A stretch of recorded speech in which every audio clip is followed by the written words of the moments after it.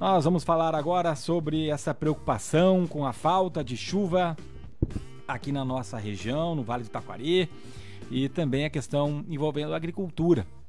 A estiagem, nós temos um mês de janeiro, onde choveu apenas 13,6 milímetros em Lajeado. Em outras situações, em outros municípios muda um pouco, mas é o que a gente tem de dado oficial. Aqui, de acordo com o Núcleo de Informações Hidrometeorológicas da Univates, menos mal que em dezembro choveu 158 milímetros, né?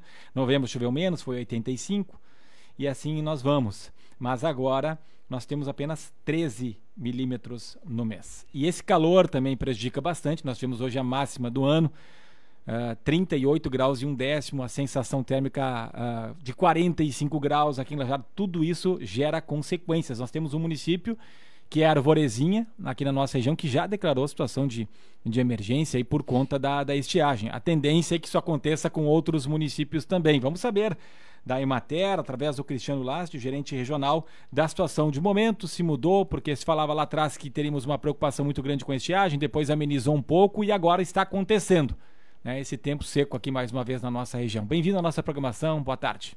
Boa tarde, Ricardo, boa tarde, Gabriela. Boa tarde. A todos que nos acompanham através do Grupo Independente.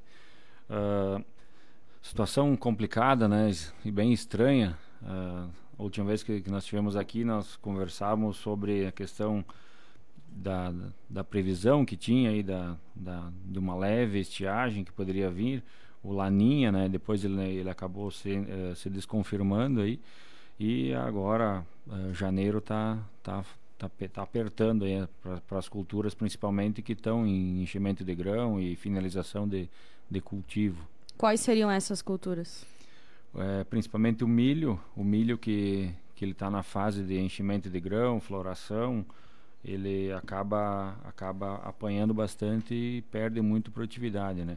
O soja também, conforme o estágio de desenvolvimento dele também, ele não recupera mais, né? Em função, como o Ricardo falou, 13 milímetros em janeiro é muito pouco, né? Com a sensação térmica que nós temos hoje, praticamente que as culturas elas se queimam, né? Cozinham, né? Então a raiz não se desenvolve e aí acaba comprometendo a cultura que está nesse estágio. E esses impactos, eles estão começando a serem percebidos agora ou já está há mais tempo e agora está vindo esse reflexo? Não, assim, graças a Deus, nós vamos recapitular um pouquinho, né?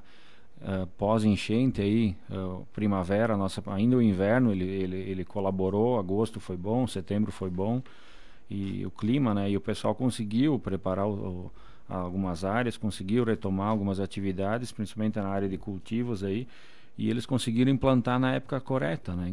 Conseguiram na maioria das áreas do nosso vale. E isso, a primeira safra, a safra normal, ela tem produzido bem, né? Estivemos acompanhando também essa semana em Arroio do Meio, produtividade de 168 sacos de grão, né? E 42 toneladas de silagem por hectare, né? Então é muito bom isso, né? Lavouras implantadas lá em setembro, né? Então o clima colaborou, o produtor conseguiu fazer os tratos culturais e acompanhar a cultura. Nós não tivemos muita influência de pragas também, né?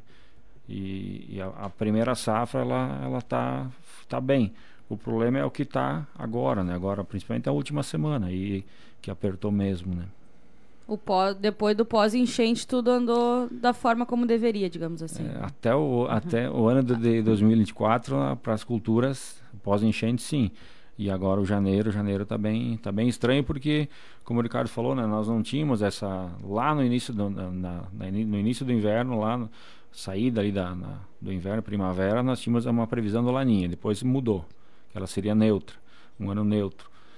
E agora, final de dezembro, aí, se confirmou novamente uma previsão de janeiro, fevereiro e alguma parte de março, né?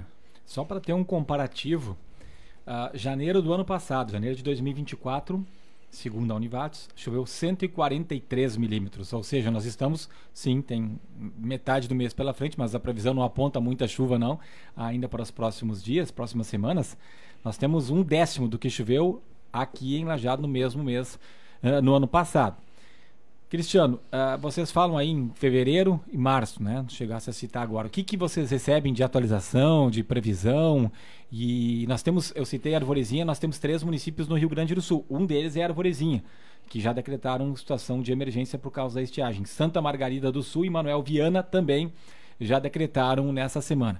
Tendência é que isso comece a acontecer em maior escala daqui para frente. O senhor citou Arroio do Meio como um bom exemplo, mas talvez outras cidades aí estejam sofrendo bastante. O que se prevê de chuva daqui para frente ou a falta dela?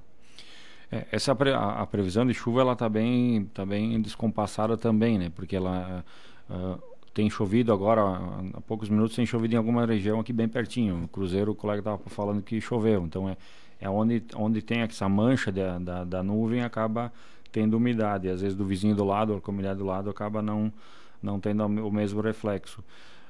O problema maior é a questão do solo, né? O nosso solo da nossa região, o Vale do Taquari, Vale do Caí, ela tem sido, ela vem sofrendo, né? Em função lá de 2023 ainda a questão das enchentes, a condição do solo, sabe, a vida do solo, a aeração dele, a sanidade dele também tem apresentado muito problema. Então isso agrava num momento de diminuição de umidade, né? Porque o solo ele acaba se formando mesmo um tijolo, né? Ele fica muito compactado porque ele perdeu a sua estrutura, né? Então, como já foi comentado aqui algumas vezes também, o solo, perante todo aquele agravante que ele teve em 2023, 2 vezes, e 2024 em maio, que teve que ser removido, preparado novamente, aparentemente ele está bom, ele está bonito, né? Mas a estrutura dele está toda destruída. Então isso leva anos para ser refeito, né? E num problema tanto de excesso de chuva, ele não drena, e numa falta de chuva ele não tem esporo, né? Então ele acaba se tornando um tijolo, e aí a raiz não desenvolve ou acaba a planta morrendo, né? Não sei se tem como dizer o que é pior, muita chuva ou pouca chuva. Eu até não conviver com as enchentes aí, eu dizia que era a falta de chuva. Mas convivendo com ela eu vejo que não, eu dizia que tinha que chover, né? Mas convivendo com ela nos últimos 2 anos aí, porque na estiagem sempre alguma coisa dá, né? E pelo menos a gente não tem muitas perdas de vidas, perdas de estrutura, perdas de animais, perdas de famílias, né? De propriedades, de produção, como a gente perdeu muito aqui na região. Então a estiagem, ela infelizmente ainda é melhor tu conviver com a estiagem do que com excesso de chuva como a gente conviveu. Mas numa enchente normal, vamos dizer que a gente estava acostumado até 2023, seria melhor chover mais do que essa falta da chuva? Sim, sempre para as culturas, se tem excesso de chuva, ou como às vezes um verão chuvoso, uma primavera chuvosa, ela produz tudo, produz pastagem, produz foragens, produz culturas, né? Até o pessoal brinca, às vezes o inso vem mais ainda, né, do que o normal, mas é bom. Agora o problema é quando agora, que nem em janeiro dá estanca assim a questão da umidade, não tem uma previsão também para concreta, né, de chuva parelha, tem pancadas que nem tu olha, todo dia tem uma previsão de pancadas, mas tu não tem uma exatidão para ver aonde que ela vai cair, né? Estamos conversando com o gerente regional da Emater, Cristiano Last, sobre problemas com a estiagem aqui na região do Vale do Taquari. Daí a gente fala de enchentes, né, Cristiano, um período de muita chuva, e estiagem, que a gente tem chuva abaixo aí do esperado. E aí o questionamento que eu lhe faço é sobre os sistemas de irrigação. As propriedades têm aprendido com essas situações climáticas e estão investindo nisso? Não é tão fácil assim investir? Como é que está a mudança do comportamento das propriedades também para sobreviver a esses momentos? A questão da reserva hídrica de uma propriedade, ela é essencial, né? Só que ela acaba também tendo que ter uma atenção muito grande comparando com uma enchente, né? Porque às vezes ela acaba piorando a situação ainda, né? Se ela não for bem construída, ou se tiver algum problema, algum risco, né, de rompimento ou de transbordo, né? E aí isso acaba aumentando ainda o perigo e o problema para a família ou para onde essa água acaba indo, né? Então o racionamento hídrico ele é importante, mas a gente vê que mais importante que isso é a questão do trabalhar o solo, né? Trabalhar a questão a propriedade como um sistema de esponja, que ele se auto-armazena a água, e que a cultura sente menos, né? E também escalonar o plantio, né? A gente sabe que é difícil, né? Muitas vezes não tem mão de obra, né? Hoje está muito difícil a questão da mão de obra familiar também, o custo, né, das máquinas terceirizadas também. Mas escalonar aí no plantio é uma saída, porque tu perde alguma área, mas tu não perde toda a área, né? Então, escalonar plantio, armazenar água no solo, muitas vezes por forma de tratos culturais, culturas de recomposição lá no inverno, né, que depois elas acabam morrendo e isso transforma em matéria orgânica, e outras práticas que são indicadas aí para cada cultura, né? A nossa região ela trabalha com em torno de 37 mil hectares de milho grão, 52 mil hectares de milho silagem. Tem muito silagem, né? A nossa bacia leiteira é muito grande, né? Aqui no Vale do Taquari. O setor industrial de leite acho que é um dos maiores do estado, né, também. E está entrando bem o soja também com 20 mil hectares, né? E depois nós temos olericultura em alta, fruticultura, floricultura, leite, pastagem, suínos, aves e gado de corte, né? O sistema integrado também ele acaba consumindo um alto volume de água, né, para as instalações tanto de suínos, de aves, né, de leite. Então também tem que fazer pensar, né, como nós vamos, não só que muitas vezes vou construir um aviário, mas como eu vou ter água para essas criações, para esses animais, né? Cristiano, eu passei dias atrás, a gente não tem tanto contato assim com a agricultura aqui nas nossas, né, indas e vindas, aqui especialmente eu, Lajeado, da Rui do Meio, mas tem uma ali na Pasqualine, perto da Ponte Ferro, depois da escola Witz Merschbecker, que tem ali uma plantação de milho, e me chamou a atenção, porque eu olhei para mim, né, não sei se dá para tirar alguma coisa daquilo ainda, já completamente assim, uma cor que não seria normal. Já aquele bege, aquele marrom, né, do milho que secou, queimado. Quantos dias é possível fazer um prazo, assim, se nós continuarmos, por exemplo, até o final do mês, ou até, sei lá, metade de fevereiro, quanto que a gente vai perder, o quanto que é urgente essa chuva chegar aqui para nossa região, né, para dar esse alívio, ou quanto de chuva que seria necessário para amenizar e para que não tenhamos mais perdas ainda? Como eu falei, o primeiro plantio de milho ele produziu bem. Então nós temos muitas lavouras assim para serem colhidas de grão que elas estão 100%, né, tão bem dentro da condição de cada propriedade pós enchente, pós a recuperação, que não é o normal como vinha acontecendo, né? Porque como tu bem falaste ali, essa área ali foi uma área que ela teve que ser removida, uma área que teve que ser nivelada novamente, e aí tem toda uma questão de impacto estrutural do solo. Então ele sofre muito, a cultura sofre muito nos primeiros 2, 3 anos de cultivo. Mas assim, se não chover agora no próximo final de semana que vem, o milho principalmente e o soja, que estão na fase de desenvolvimento vegetativo já para o pendoamento ou enchimento de grão, floração no soja, isso já se perde, né? Isso não recupera mais. Estamos falando de 10 dias, então. Isso. Até o final do mês, vamos arredondar um pouquinho mais para frente aí. Teria que dar agora no máximo ali dentro da semana que vem uma boa chuva, né? E o que seria uma boa chuva? 30 milímetros. Bem... Num dia, não pode ser 5 num, 5 no outro. Ou 50 em meia hora, né? Também não. Também não ajuda. Dá. Tem que ser uma chuva calma, que o solo consiga absorver, que ela não escoa muito. Aí a gente consegue recuperar. Senão vamos ter grandes perdas na região. Perdas. Igual nós já temos perdas, né? Mas a gente consegue amenizar elas. Tem uma pergunta aqui de um ouvinte. Um dos projetos defendidos pelo Comitê da Bacia Taquari-Antas é a construção de barragens de reservação de água. Estruturas que seguram a água em momentos de abundância e soltariam em momentos de maior estiagem. Aí a pergunta é se você acredita que seria uma boa solução aqui para a nossa região. Isso já está sendo discutido, né, dentro do comitê. É importante, bem importante. Só ele tem que ser bem construído, bem planejado. E o problema que a gente tem o impacto é que é a questão do recurso, né, para fazer, porque tem um alto custo, mas é um projeto importante também. Mas alto custo, qual seria uma faixa de valores?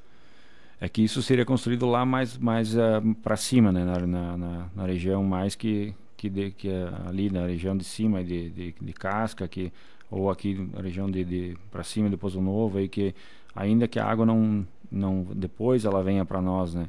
Então são barragens grandes, né? Projetos grandes, e isso tem não sei te dizer. Teria assim, que fazer um estudo, provavelmente. Mas o custo não é um custo tão simples, porque tem toda uma segurança em cima, em função do que aconteceu. A gente hoje não pode mais trabalhar com os mesmos níveis que nós trabalhávamos, né? Nós temos que trabalhar com um nível de segurança bem maior, né? A gente teve um exemplo de algumas que elas nem romperam, elas só perderam algum braço dela, que nem a lá de Carlos Barbosa, foi, né, que deu maior susto no ano passado, né?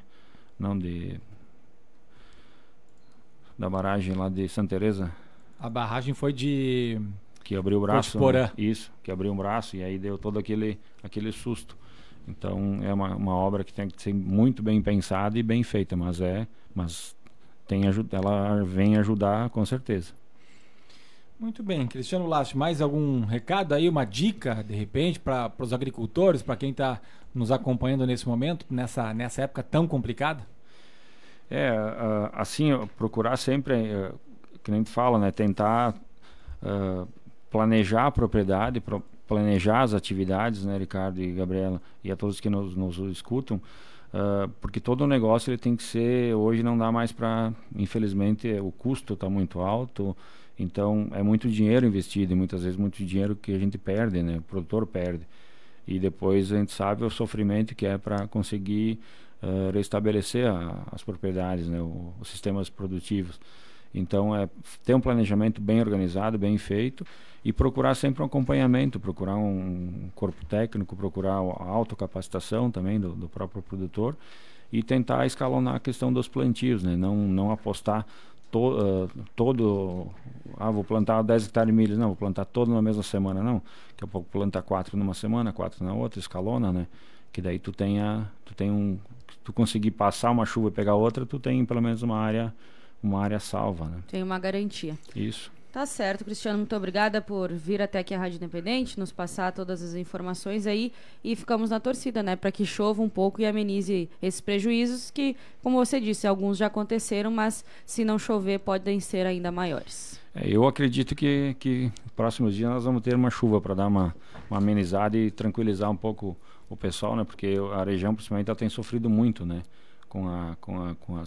nós vínhamos de 3 estiagens, depois 2 anos de enchente. Então isso tem trazido muito prejuízo, muito problema para o nosso produtor. E muitas vezes ele acaba até pensando em desistir, né? Desistir da atividade, abandonar. E a gente sabe, o produtor que abandona, esse alimento vai fazer falta depois lá no mercado, né? Podia viver uma época aí de meio termo, né? Chega de extremos aí para a região, mas infelizmente não tá nas nossas mãos, né? Depende de situações climáticas. Cada vez mais precisamos aprender mais e trabalhar em conjunto, né? Valeu, Cristiano Last, gerente regional da Emater, falando conosco aqui dentro do Redação no Ar. Agora 12 para as 4, a temperatura volta a subir. Já temos 34 graus e 3 décimos aqui em Lajeado.